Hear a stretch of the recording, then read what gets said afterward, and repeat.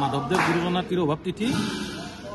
এই তিথি উপলক্ষে আমাৰ গাঁৱৰ ভকত বৈষ্ণৱসকলে লগ লাগি আমি নাম প্ৰসংগ কৰোঁ, তেখেতক স্মৰণ কৰোঁ। এইটো আমাৰ 1890 চনৰ পৰাই আমাৰ ইয়াত চলি আছে। তেতিয়া আমাৰ এই নামঘৰটো বা শাখা সত্ৰখন স্থাপিত হৈছে। এনেকৈ চলি আছে আৰু চলি থাকিব। আৰু আমাৰ ইয়াত 3 প্ৰসংগ হয়, ৰাতিপুৱা, দুপৰীয়া আয়তী প্ৰসংগ হয়, ৰাতিপুৱা প্ৰাত প্ৰসংগ হয় আৰু আবেলি ভাগৱত পাঠ হয়। আমাৰ শ্ৰীমন্ত শ্ৰী মাধৱদেৱৰ তিথি। এই তিথিত আমি আমাৰ গাঁৱৰ পিপলিবাৰী গাঁৱৰ সৰু ভক্তগণ লোকসকল ইয়াতে আহি সমবেত হৈ আমি নাম গুণ গাইছোঁ।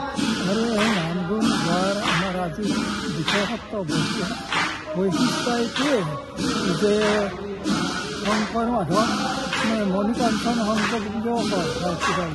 তেখেতসকলে আমাৰ জাতিটোৰ কাৰণে, আমাৰ জাতিটোৰ অসমীয়া জাতি, এই জাতিটো জাতি হিচাপে পৰিচয় দিয়াৰ কাৰণে তেওঁলোকে সাহিত্য সংস্কৃতি এই দি গৈছে। আৰু আজি অসমৰ বিখ্যাত সাহিত্যিক নিশ্চৰণে হওক, লক্ষ্মীনাথ বেজবৰুৱাই হওক বা নগেন শইকীয়াই হওক, সমস্ত প্ৰধান যিবিলাক সাহিত্যিক আছে যে শংকৰ মাধৱৰ যি অৱদান অসমীয়া জাতিৰ প্ৰতি, যাৰ পৰিচয়ে আজি আমি পৰিচিত অসমীয়া বুলি, এই পৰিচয় আমাক সময় লৈছে এই গুৰুজনাই।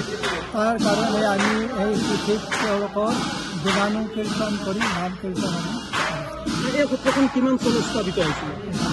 কিমান চনত স্থাপিত?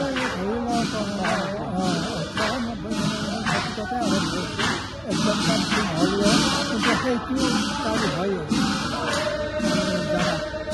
যিকোনো খবৰৰ বাবে যোগাযোগ কৰক 7099017330 অথবা 7099017990 নম্বৰত।